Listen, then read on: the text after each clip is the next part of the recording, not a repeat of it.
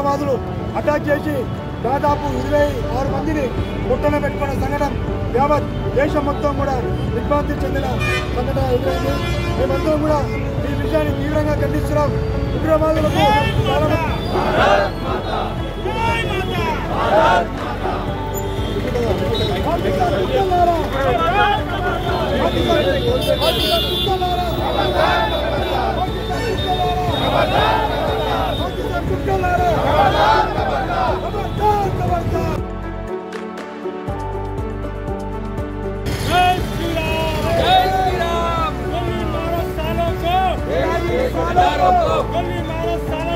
देश के गद्दारों को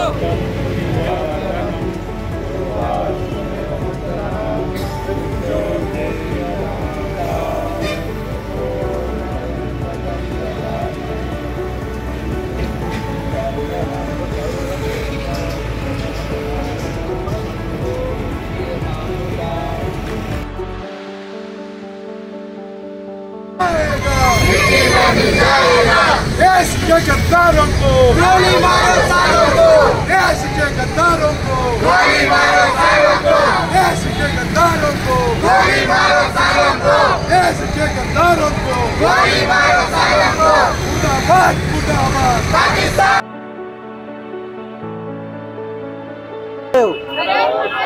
భారత్ మాతాకి జై.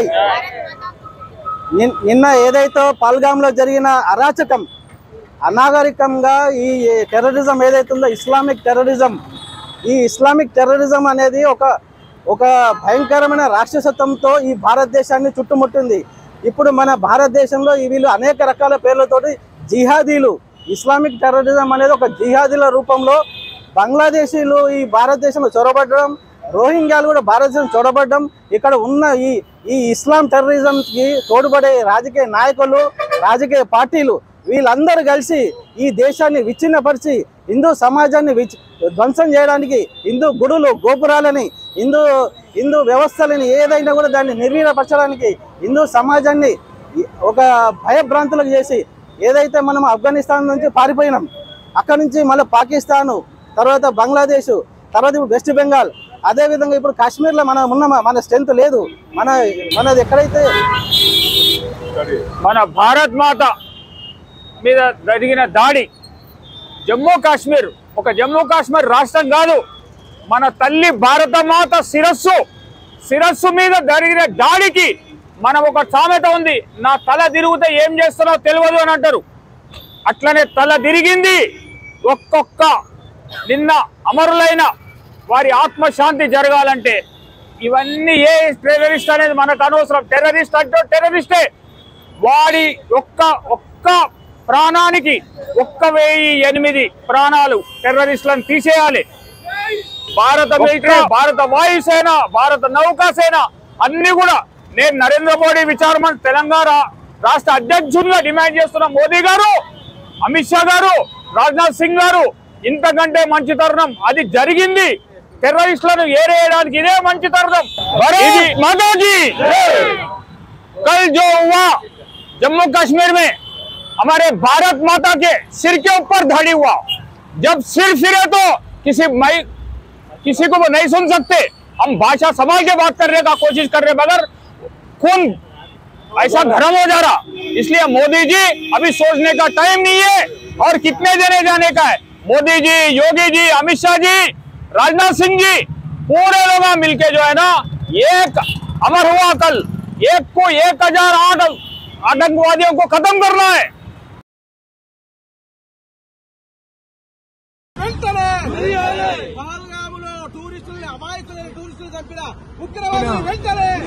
టెర్రరిస్ట్ అటాక్ లో 25 మంది భారత పౌరులు చనిపోవడం జరిగింది.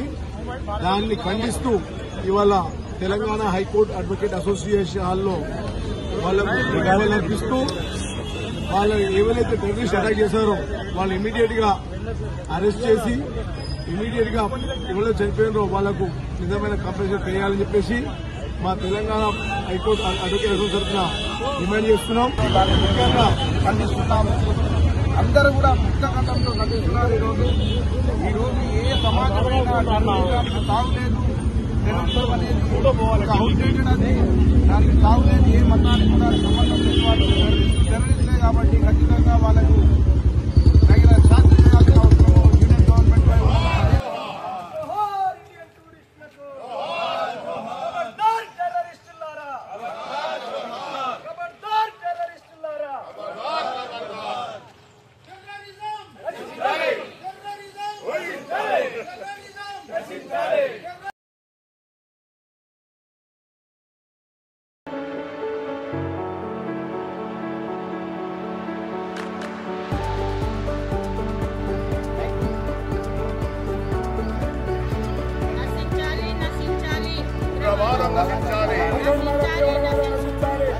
జరిగిన 22వ తారీఖున జరిగినటువంటి ఆ భయంకరమైన మతోన్మాదులు చేసినటువంటి ఆ ఉగ్రవాదాన్ని అందరూ ఖండిస్తున్నారు. మన గవర్నమెంట్ అక్కడ చాలా చొరవ తీసుకొని ముందుకెళ్ళారు. దాన్ని ఖండం చేయాలని చూస్తున్నారు. తప్పకుండా చేస్తారని కూడా అనుకుంటున్నాను. జై జై మాతా భారత్ మాతా. పాకిస్తాన్ పిరికి పందలు ఏమీ చెయ్యలేక దొంగ చాటుగా ఏదో రకంగా భయానకమైన వాతావరణం సృష్టించాలని కాశ్మీర్లో ఏదైతే చేశారో వీళ్ళ యొక్క ఆట పట్టించడానికి మనకు మోడీ ఉండి ఇమీడియట్ గా వాళ్ళ మీద అటాక్ చేస్తూ వాళ్ళ మీద ప్రతీకారం తీసుకుంటాడు. ఇలా భయపడి పబ్లిక్ ను రాకుండా చేసి భయాందోళన సృష్టించాలని అనుకుంటున్న పాకిస్తాన్ కి ఖబర్దార్. వాళ్ళకు జరిగినటువంటి నరమేధం ప్రపంచాన్ని నిబిరపరిచింది. ఇటువంటి నరమేధాన్ని తీవ్రంగా ఖండించాల్సిన అవసరం ఉంది. ఉగ్రవాద చాలా బాధాకర విషయం.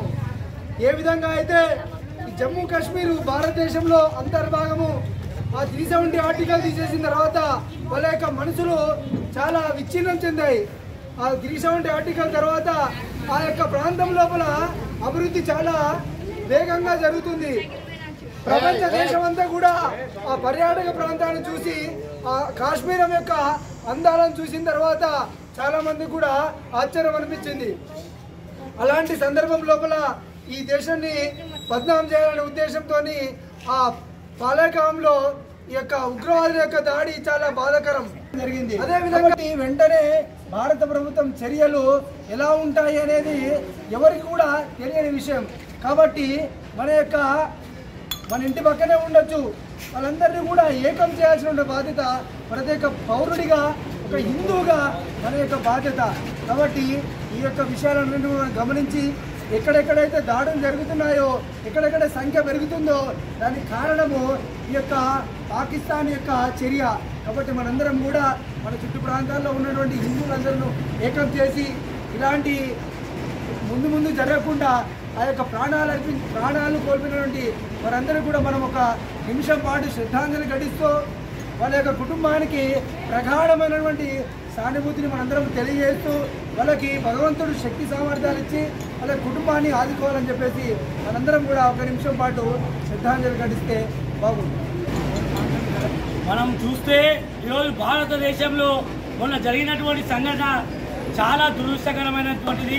ఏదైతే 370 ఆర్టికల్ నరేంద్ర మోడీ గారు తీసుకొచ్చిన తర్వాత ఈరోజు కాశ్మీర్లో మరి ఎప్పుడు లేని విధంగా ఈరోజు పర్యాటక అందరూ కూడా చాలా మంది అక్కడికి వచ్చి కాశ్మీర్లో అక్కడ ఉన్నటువంటి స్విట్జర్లాండ్ ఏదైతే ఉందో ఆ తరాలా ఉన్నటువంటి ఏదైతే కాశ్మీర్లో మరి చాలా పెద్ద ఎత్తున అందరూ కూడా వచ్చి చూడడం జరుగుతుంది. కానీ ఇది ఒక భరించలేక ఈరోజు జమ్మూ కాశ్మీర్ ఎట్లయిపోయిందంటే ఈరోజు మనం పోయి కూడా అక్కడ ఉన్నటువంటి ఏవైతే వెంచర్లు కానీ డెవలప్మెంట్ కానీ చాలా కూడా జరుగుతున్నాయి. అక్కడ వెంచర్లు కూడా అమ్ముతున్నారు. ఈరోజు ఎన్నో జాగాలు కూడా మన డెవలప్ అయినాయి. ఇక్కడ వచ్చి మొత్తం హిందువులా ఉంటున్నారని చెప్పేసి ఈరోజు వాళ్ళందరూ కూడా ఎన్నో రోజుల నుంచి మళ్ళీ 370 ఆర్టికల్ రద్దు చేసి మళ్ళీ వాళ్ళు మొత్తం ఆ యొక్క కాశ్మీర్ని మనం తీసుకోవాలని చెప్పి ఉద్దేశంతో మరి ఈ యొక్క సంస్థ ఏదైతే ఉందో పాకిస్తాన్ ప్రెసిడెంట్ ఎవరైతే ఉన్నారో వాళ్ళే ఈ రోజు వేయడం జరిగింది. ఈరోజు మనము ఆ పార్టీ ఈ పార్టీ మనం బీసీలము ఎస్సీలము ఎస్టీలము మనము మరి కుమ్మరోళ్ళము కమ్మరోళ్ళం అంటూ మనము కులాల మధ్యలో ఈరోజు కొట్లాడాలి జరుగుడు కాదు. ఈరోజు మనం అందరం కూడా హిందువులందరూ కూడా ఏకతాటిపై ఉండి ఈ యొక్క కులాలన్నీ కూడా రద్దు చేసి మనం ఏ ఒక్క పౌరుని అడిగినా కానీ మేము హిందువులము అని గౌరవంగా చెప్పే విధంగా మనం అందరం కూడా ఈరోజు కలిసిమెలిసి మనం ఉండాలని చెప్పి నేను కోరుతున్నాను. అదేవిధంగా కాశ్మీర్లో దురంతం జరిగిందో అనుకోని ఆ దుర్ఘటన జరిగిందో ఎటువంటి చడి చప్పుడు లేకుండా దొంగల్లాగా దూరి ఆయుధాలతోటి నిరాయుధులైనటువంటి అమాయకమైనటువంటి భారతదేశ పౌరుల మీద కచ్చగట్టి ఎవరెవరు అని ఐడెంటిఫై చేసి పిరికి పందలా కాల్చినటువంటి విధవలైతే ఎవరు ఉన్నారో ఆ చర్యను నిరసిస్తూ మన వాకర్ మిత్రులందరూ కూడా, అలాగే ఈ ఘటనలో ప్రాణాలు అసువులు బాసినటువంటి మన సొంత భారతీయులు, మన భారతీయ సోదరులు ఆత్మశాంతి చేకూరాలని మన వాళ్ళు క్యాండిల్స్ వెలిగించారు, వారి అభిప్రాయం తెలియజేశారు. ఇటువంటి కష్ట సమయంలో, యుద్ధం చేయాల్సిన సమయంలో, అన్యాయం మీద పోరాడే సమయంలో మనము మన భారతదేశానికి, భారతీయ ప్రభుత్వానికి, భారతీయ నాయకులకు అందరికి కూడా సపోర్ట్ చేయాలని, మన గళాన్ని విప్పాలని, ప్రతి అనేక పనికిమాలిన విషయాల మీద మనం అందరం ఒక మూకమ్మడవుతాం. నాకు అవి లేవు, ఇవి లేవు, ఇవి లేవని.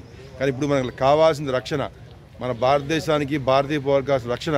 సో ఈ విషయంలో మనం మన మద్దతును తెలియజేయాలి. అలాగే పౌరుడిగా మనం చేసిన బాధ్యతని మనం నిర్వర్తించాలి. మన మిత్రులందరూ చెప్పారు, చాలా సంతోషంగా ఉంది. Thank you very much. Bye bye.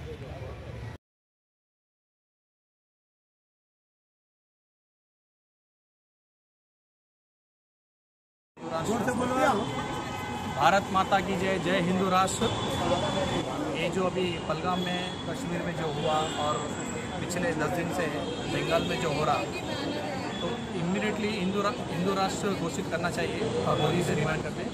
और पाकिस्तान से हिंदुस्तान को जो मिल रहा, जो भी पानी है अपने से, जो भी चीज़ें हैं, वो पूरा मोदी जी से अपने गवर्नमेंट इंडिया गवर्नमेंट से अपनी रिक्वेस्ट है कि इमीडिएटली पूरा बंद कर दीजिए, क्योंकि पाकिस्तान ऑलरेडी रोड पे आ चुका है और उसका काम ये इस चीज़ से तो पाकिस्तान का ना भविष्य रहेगा, ना उनको कुछ सुरक्षित रहेगा, ना उनको कुछ भी रहेगा।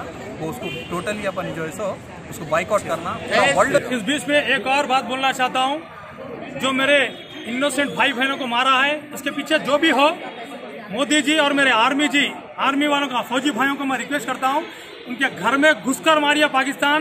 सभी हिंदुस्तान के नागरिक आपके साथ हैं, हमें भरोसा है मेरे फौजी भाइयों के पर।